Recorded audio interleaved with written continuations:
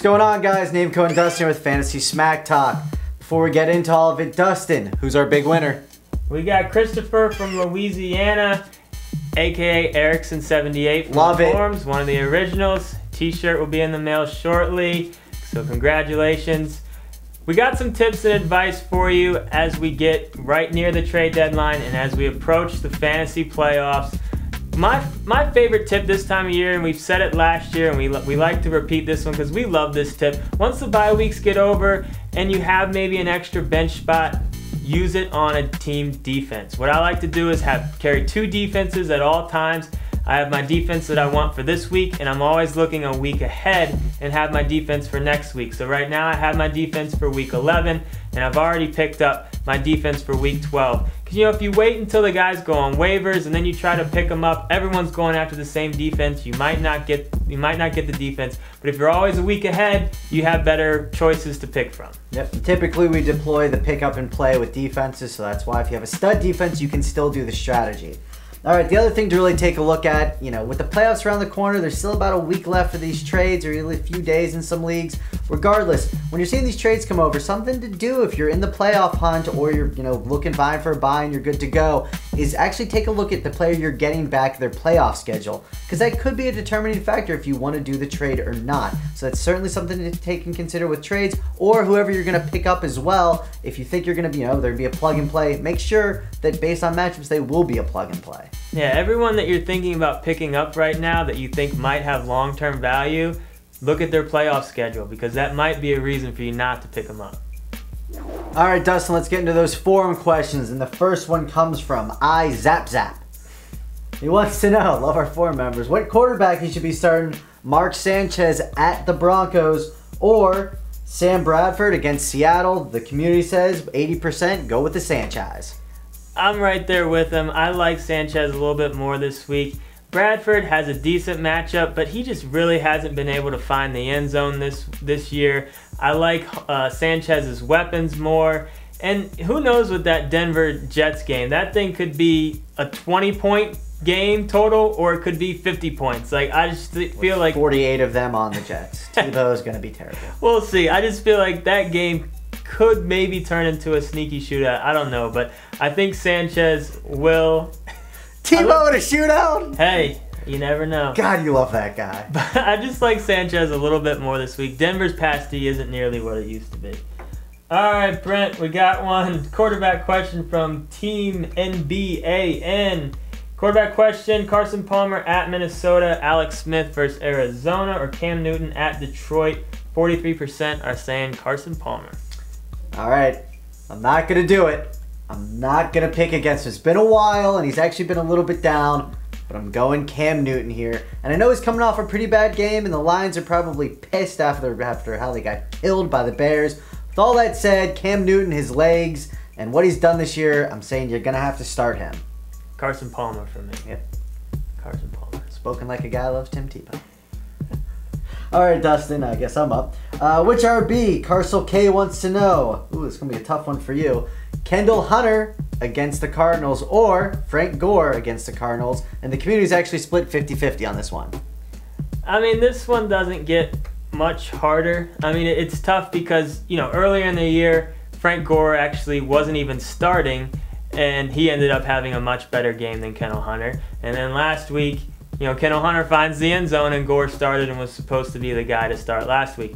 I mean, in this situation, if Gore starts, I think you have to start him. But if you only have Hunter or you only have Gore, I think there's similar starts this week, because I think they will get a lead early, and I think you will see a healthy dose of And a Kendall side Hunter note to that, after this game, they play the Ravens Thursday night, so I wouldn't be shocked if they get up to rest Gore and give a go with Hunter. They're obviously fans of him. They listened to Dustin and gave him a call early on. Love me some Kendall Hunter. All right, it's time for our studs, duds, and sleepers. But before we get into it, two things. Number one, you can follow us on Twitter at Fantasy Advice.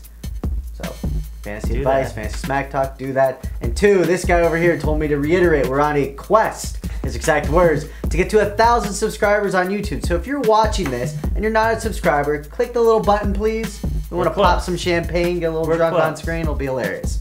All right, let's get into my studs, duds. My stud, I'm going with LeSean McCoy.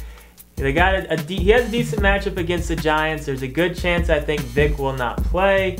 Gives Vince Young in there. I could see a lot of, maybe a lot of screens. I think they're going to take a lot of pressure off of Young, and McCoy is a great guy to do that. I like McCoy this week. My dud, LeGarrette Blount. I wish this guy could just get some more carries, but Tampa Bay cannot get the lead, and when they don't have the lead, they're playing from behind. Blount doesn't get out on the field. They're playing Green Bay. I'd say there's a good chance they won't have a lead this week. I think LeGarrette Blount's touches will be limited. And my sleeper, Dexter McCluster, going up against New England. He's on the opposite end of what Blount is dealing with. When they're playing from behind, McCluster comes in and gets a lot of looks. I think in PPR leagues, he's a decent sleeper this week. I think he's pretty much a lock to get 10-plus points. All right, my stud is the future Hall of Famer, Tony Gonzalez. And this guy's just incredible. He's still doing it this year. And the reason I like it, they're playing Tennessee, who gives the fourth most fantasy points to tight ends. And the fact, if you look at the numbers, in the red zone, the Falcons give the ball to Turner. And if they're throwing the ball, Matt Ryan's really looking Gonzo's way. I like him to find the end zone this week.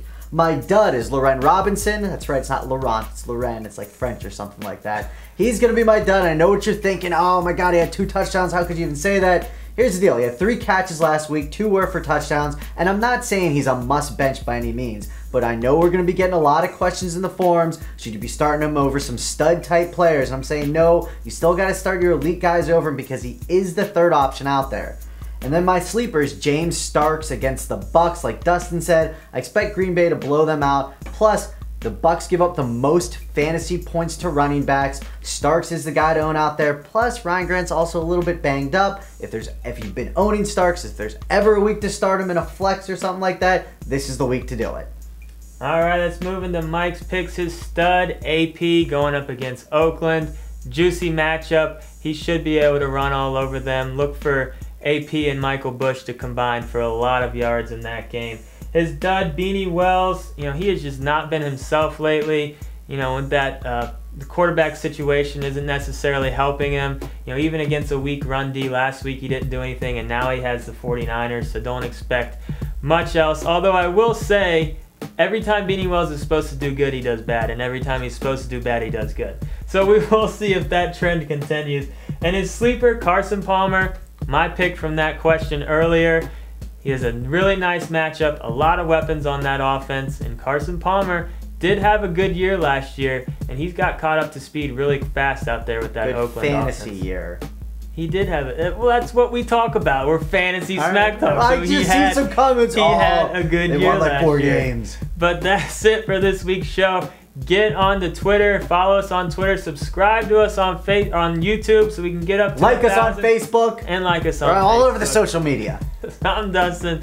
This is Nameco. Good luck this week and have fun watching my boy Timmy Tebow Thursday night. Oh my God.